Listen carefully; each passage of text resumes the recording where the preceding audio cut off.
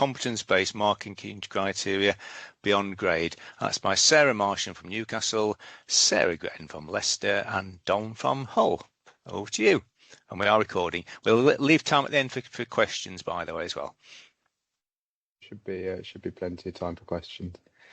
So I offered to start this one. I apologise because obviously I'm speaking quite a lot today, but hopefully it's useful stuff.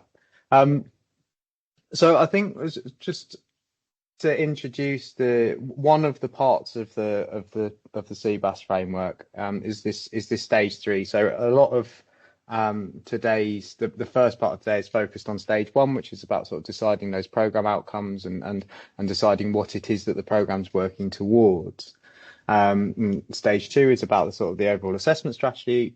Stage 3, part 3, is about the actual implementation of assessment, and there are three aspects of the implementation assessment, which are the preparation of the student to do the work, the grading of the work, once it has sort of that grading process that stretches from making sure that it's part of that preparation. Students know what good is and how they're going to be assessed, and then the sort of the feedback process and closing the closing the loop, as it were. There will be a recording. There will be a recording afterwards to answer the question in the chat. Yes, so three parts of it, and this sort of boils down into, we want students to have the competence to complete the assessment well. So then we want them to enter into the assessment process with confidence. We want them to know what it is that they're expected to do, how to do it well, and to have some tools to implement, to help them through that process. So it's not just a case of all go and work together. They've got some ideas about what professional collaboration means and some processes that will help them do that. So the briefings are a really important part of the assessment process. Then, sort of tied into some of the things that we've discussed about what the purpose of a grade is and what it means, and sort of making sure that employers and students understand what it is that they've developed. We want the grading process to reflect the outcomes, the things that we actually want the students to develop. The fundamental point being that we want the grade to be meaningful. And finally, we don't want feedback to be an add-on. Feedback is fundamentally that process about creating developmental loops, about helping students understand what it is that are developing and guiding them to where they can go. It's not about explaining why they've got a specific grade on that assignment. It's a broader part of the developmental process, and should tie together what they're taught, how they're graded, and then how to develop going forward. So we've got 3 case studies that are sort of that broadly look at different aspects of this, or this part from three different institutional perspectives. And we're going to start with Sarah's perspective from Newcastle. Is that correct? Yeah, thanks, Dom. So hello again, everyone. If you weren't here this morning, I'm Sarah Marsham. I'm from Newcastle University. And as part of our project to develop competences, we had a working group that was tasked with developing assessment criteria linked to the competences. So if any of you were here this morning, I said that we developed 9 competences. On the screen there, you can see 10. So in the end, we did decide to split data literacy and digital literacy apart, but we are still going round on this, because when it actually came to developing the assessment criteria, at one point we did have them separate. We then put them together. They are currently separate again. Who knows what will happen with that? But if you can just advance the slide, please, Dom. So here are the 10 competencies that we agreed on. So as part of the working group, I was sort of tasked with leading it. And as I started thinking about how am I going to even start writing these assessment criteria for each competency, I got an email through inviting me to a series of workshops about using generative AI to write assessment rubrics. And it was just perfectly timed. So I signed myself up to that. I went along and it was absolutely brilliant. I've put the link there, but I'll put the link in the chat as well. It's an open access resource for anyone to utilise. And the bit I actually found most valuable from this was having the time set aside in the workshop. So the first workshop gave us the background and the theory. The second workshop actually gave us space to develop our rubrics using AI and sort of supportive prompts to that. So actually setting aside time in my diary to attend a workshop and give me the space really, really helped. If you can advance the slide, please, Dom. Sorry. So like Ruth at Chester this morning, I use Copilot, and what I put into Copilot were for each competency, I put in the competency descriptor, I put in stage descriptors, I put in prompts linked to the FHEQ, different levels, put in what the grade boundaries were that I wanted to do. And after some, iteration, I did end up with a set of assessment criteria for each competency at each stage. So at level 4, level 5 and level 6, that I then felt were in a position to share with others. If you can advance the slide, please, Dom. So what I did was then I worked with our working group. So we had a small group of academic colleagues. So there was about 4 or 5 of us. And we then split up our competencies. We took a couple each and we revised them. So we worked through them. We looked at them from a student perspective. We looked at them from a progression perspective. So on the screen there is the competency for information literacy.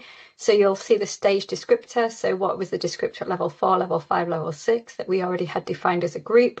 And then you can see the grade boundary descriptor across the different boundaries. And we refine these to use a shared language across them, but as I said, to also recognise the progression from level 4 to level 5 to level 6. We also looked at the QAA benchmark statements again, and some of the documentation provided by some of the accrediting bodies and what they were looking for within our degree programmes. Last advance, please, Tom. Thank you. So this is the position that we're in. So we have a set of assessment criteria like this for each of the 10 competencies. Our next step is to get input on these from our teaching groups and our external examiners and our students. One thing that we also need to think about is how we combine these with assessment specific criteria. So for example, if we're assessing a presentation, do we want a criterion around the presentation element? If we're assessing a written report, do we want a criterion around sort of organisation structure, that sort of thing? So that's our next step. And really the ideal is that we will have these as a pick and mix, so that when an assessment is set that aligns to each of those competencies, our colleagues can take the correct criterion, they can add in any additional ones around assessment specificity, and then they can use that to develop their criteria. At present, we already do information literacy sessions or assessment literacy sessions with our students where we show them criteria, we give them exemplars, we give them the opportunity to mark those exemplars against criteria so that they can see what they're doing. So we will have to revise those sessions and build those into our timetable so that all students have the opportunity to fully understand what these assessment criteria are. Thank you very much. And I think I'm handing over to Sarah. So I'm going to talk about another example. For a number of years, I was director of the Natural Sciences programme at the University of Leicester. I should say I'm also a biologist by trade. And what I wanted to talk about was, I suppose, a slightly different but similar approach to what Sarah's talked about in terms of designing rubrics. Now, what I should say probably is hold my hands up here is that our university doesn't have a competency-based or formally have a competency-based approach to assessment. We do, I think, we do try and incorporate a transferable skills framework, and that's part of the work that goes behind designing our programmable outcomes, but it's not a specific terminology that I was familiar with until I got on board with this project. But I think what we've done here is really think about have I think quite a lot of inherent competencies within our programme and how we try and translate those, or how we work with staff to try and translate those into rubrics and marking for the students. So if I move on to the next slide, I can explain that a little bit more. So what I suppose our natural sciences programme is very much built around a number of what we call problem-based learning assessments, and problem-based learning is really a set of open-ended problems that students work on in groups. And as part of, I suppose, the problem-based learning pedagogy, there's a lot of, I suppose, transferable skills which are sort of embedded within that kind of framework. And so just to give you a couple of examples here, we were essentially going through a revalidation process, or a revamp, I should say, sort of the programme. And we'd already used some of these authentic assessments in the previous version of the programme, and we're going to continue using them in the relaunch.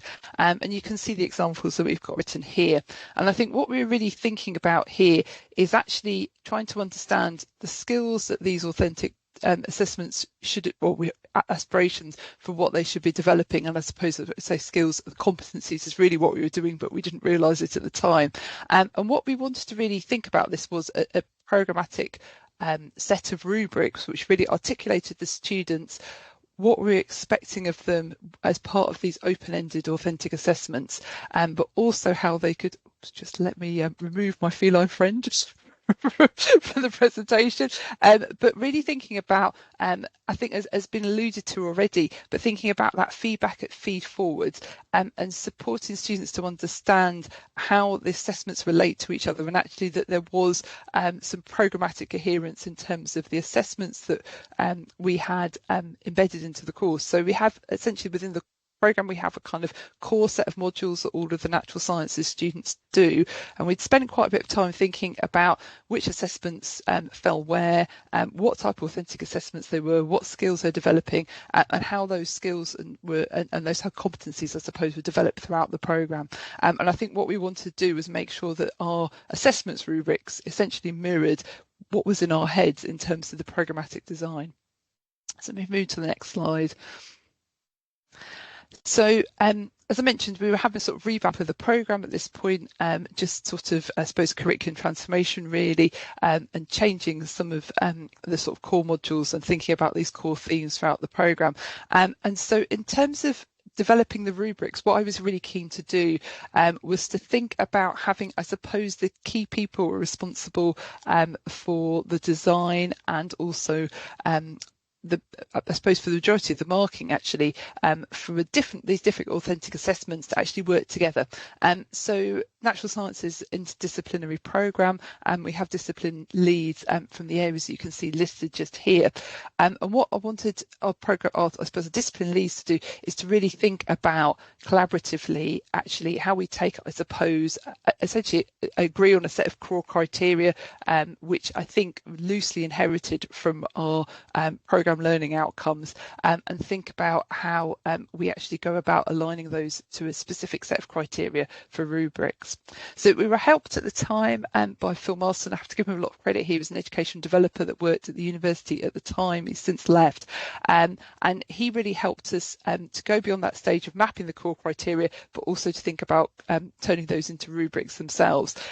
So what we were really trying to do there was avoid terms like vague descriptors like excellent or weak, but really try and articulate, once we had those core criteria, what a first or a third looked like for those, using the magic numbers and trying to encourage staff to use the full marking range. And I think within that, it's focusing on these specific observable competencies. So we spent a lot of time in rooms with whiteboards and thinking about our different assessments. And so I talked about was that what we wanted to create was a sort of master rubric where different module conveners or assessors within, or people assessing assessments within modules could actually take that master rubric, as I say, sort of pick a mix and think, well, these are the sort of overall set of criteria. Which ones will I pick between those?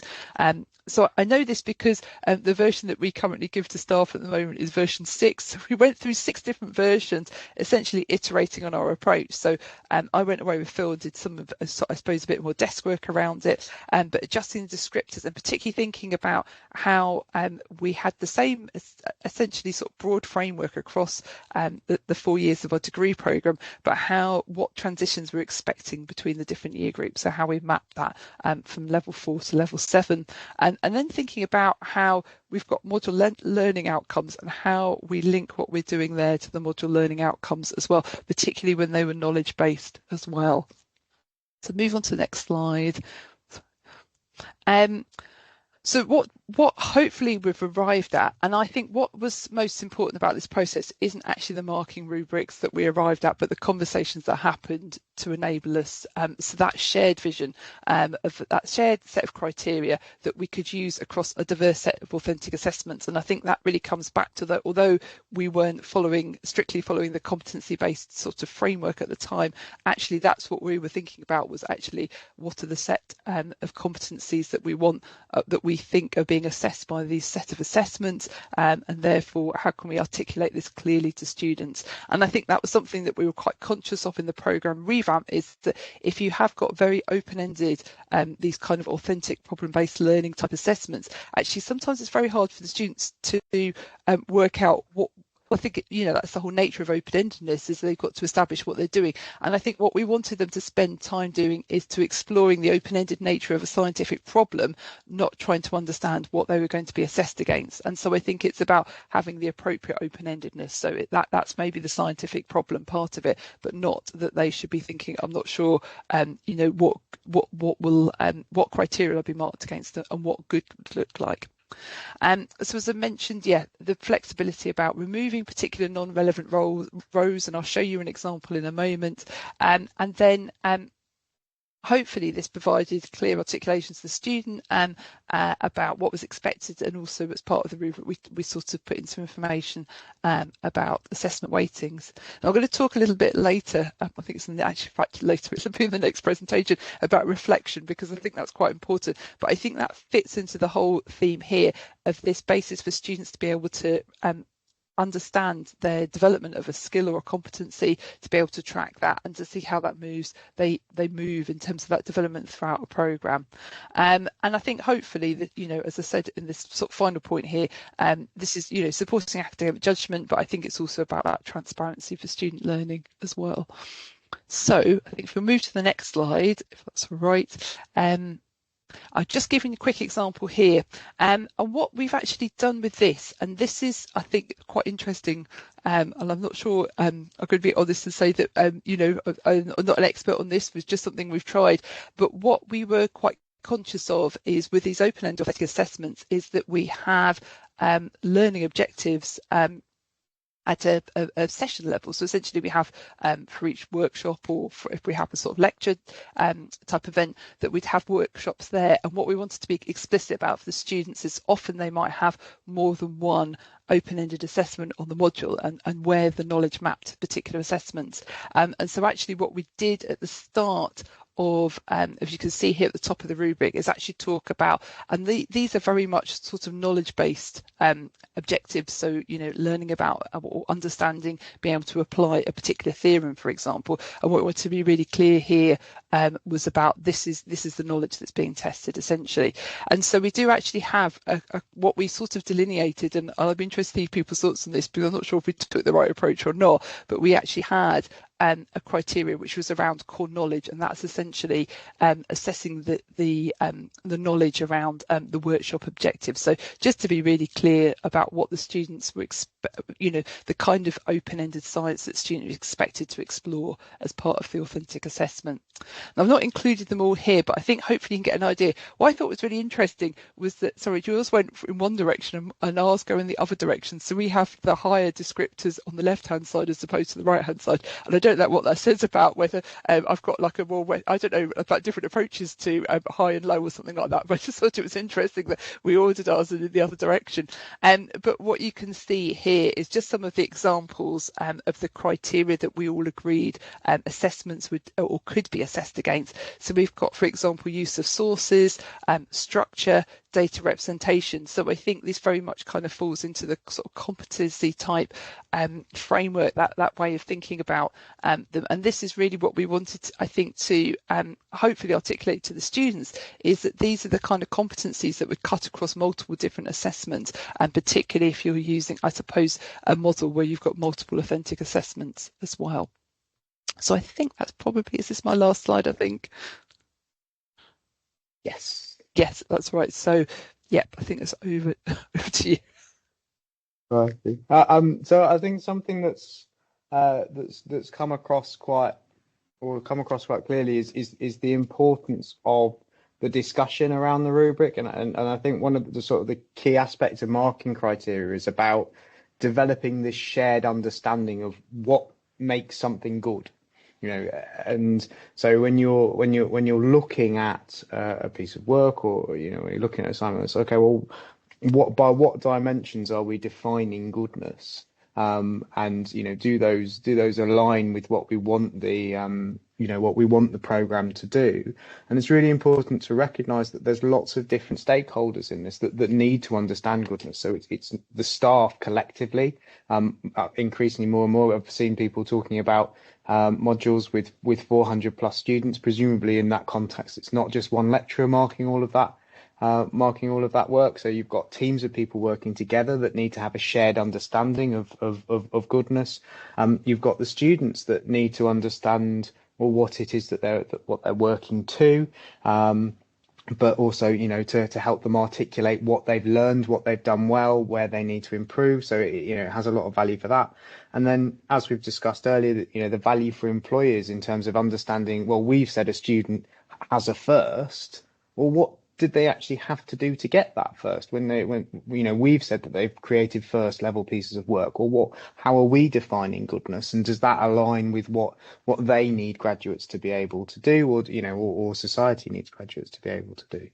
And I think that starting point is really helpful, and one of the things that I really like about the competence-based approach is it helps you think about assignments and break down assignments not as, is this a good assignment or a bad assignment, but what the assignment tells us about the student, what it tells us about their competence.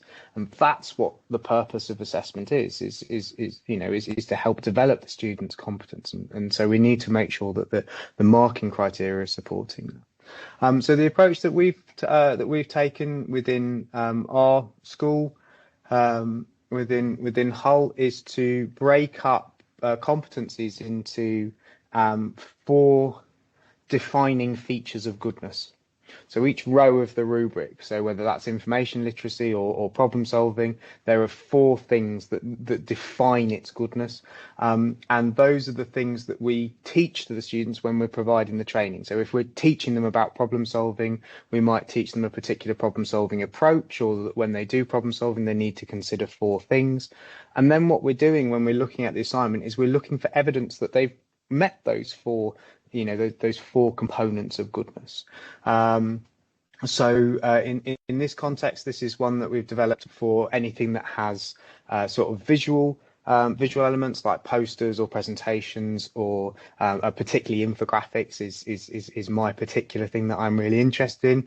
And I teach the visual design component for our bioscientists, and I teach them about these components when I'm training them to do that well. And then when I look at the marking criteria, I look to see whether these have been achieved. And then a student gets a grade for that row based on the number of those things that they've achieved. So if they achieve all of them to the satisfaction for the level, then they get a 65 for that component of the marking criteria. And I find that really helpful when I'm marking and for students, because the students get a very short list of what goodness is. It's often 16 points of goodness, which I think is quite, and I encourage them to use it as a checklist. So they go to, have I done this? Have I done this? Have I done this? Have I done this at the end? And I think that helps with the point that was made earlier about students reading a whole rubric. And from our perspective, instead of having to say, oh, well, this is exactly what a 2-1 is for this component of the marking criteria, we can just say, well, we don't care about that. It's just if they haven't met the definitions of goodness, then they don't get a 2-1. So I find that quite a sort of helpful way of thinking about it. And then what we have is an Excel spreadsheet where the feedback is kept. So what happens is, if a student has minor issues for one component of this, then there'll be an Excel, there'll be a cell that you can copy and paste into the feedback sections. You can pick 3 areas of strength, 3 areas for improvement, and a most important thing for next time. And that sort of helps reduce the timing related to doing the marking, but also helps make sure that your feedback is linking back into the training, linking back into development. So this is an example of a most important thing for next time, related to, so where a student hasn't really engaged with the purpose of the assessment in an authentic way, and then that's the comment that they'll get back.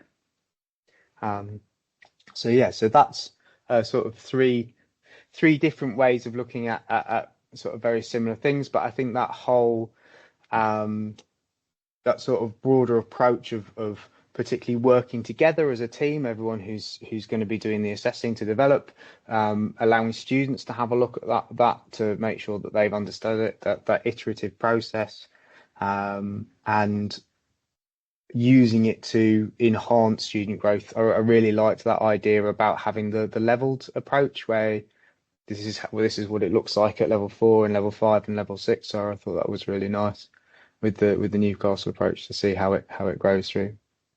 So I think that is our time. And I can see that there's lots of chat being going on that I've not been able to monitor whilst I've been. Okay, so we have some time for questions. I think it's do we a little bit of time for questions? Yeah, we do. We've got about 1 minute. We can extend that for a couple of minutes. Very interesting one. I'm just looking from Caroline, who's asking about interdisciplinary. Just going back to it so that I can articulate that correctly. Interdisciplinary courses and how you might write the competencies rubrics for an interdisciplinary course.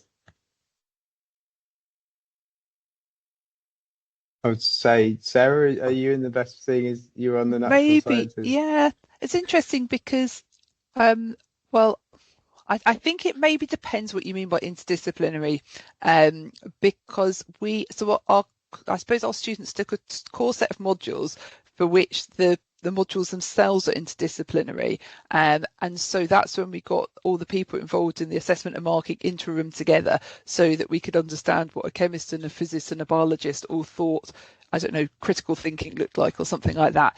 But I would say I also use these marking criteria this kind of approach with the master rubric, I say, is what I've drawn from for a set of marking criteria for an interdisciplinary module I run, which has got students from multiple different discipline background in their final year. It's the sustainability module, and again it's an authentic assessment. It's about writing a sustainability audit report, and so I use the same approach there because I think the categories or the criteria are based on quite broad, so things like report structure, ability to use sources correctly. Core knowledge for that would be around sustainability. I'm not sure if that answers your question, and I know it's Caroline that had the problem with the microphone before, so I'm not sure if that answers your question, Caroline, but that was what I was thinking, is that I think it's just about making sure that everyone understands the criteria.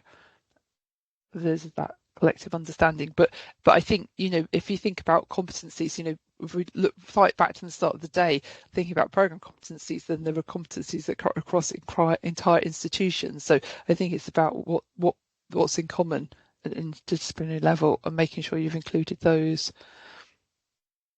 Thanks for that, Sarah. I'll just do one more then. So we've got from Matthew Hillier, do you have a holistic category criteria? I found it is possible for a student to meet the micro items in the rubric. However, the work overall does not work at a holistic level. So we're going back into a level conversation here. I say I'm happy to answer that one because that was one of the sort of the foundational precepts for this bit, which was, so you can't, so this is the whole of the marking criteria. And this was the thing that I found. So if you have a box that says, a student's done this, this and this, and that's a 2-1 for structure, if they've done some aspects of that but not others, do they get a 2-1? Are there some parts that are more foundational? So, maybe for something like structure, maybe a student's written it in really nice sentences, but it's all just like as a single block. And it's like, well, that maybe they fail because they've not used paragraphs or or something like that. So the thing that I found really helpful with this is to break that down. Instead of saying, oh well, we expect this at this level, this at this level, this at this level, this at this level, is just say, well, actually good is this, and if they've done all of those things as good, they get a 2-1, and if they've missed one of those things, then they get a 2-2, and if they've missed 2 of those things, then they get a third, and 3 things they get a just fail, and if they 4 things, then they fail. And I find that massively reduces my cognitive load when I'm marking, because I'm not trying to map where it is. I'm just going through and going tick, tick, tick. Have they done this? Have they done that? Have they? And does it exceed it, meet it, or not? So yeah, I think that was one of the sort of, for me, and also to avoid that the structure is excellent, the structure is good, the structure is adequate. Thing is like, well, actually, when we say something is excellent, or when we say something is good, what does that actually mean? So yeah, so I think it's an attempt to avoid or to take the good bits of the reductionist, because the thing that we want to be reductionist about is our definition of good, not our definition of a third, our definition of a fail. And if we can agree on good, then we can work out where a student is relative to that, I suppose. I don't know how the others feel about that, but thanks for that, Dom.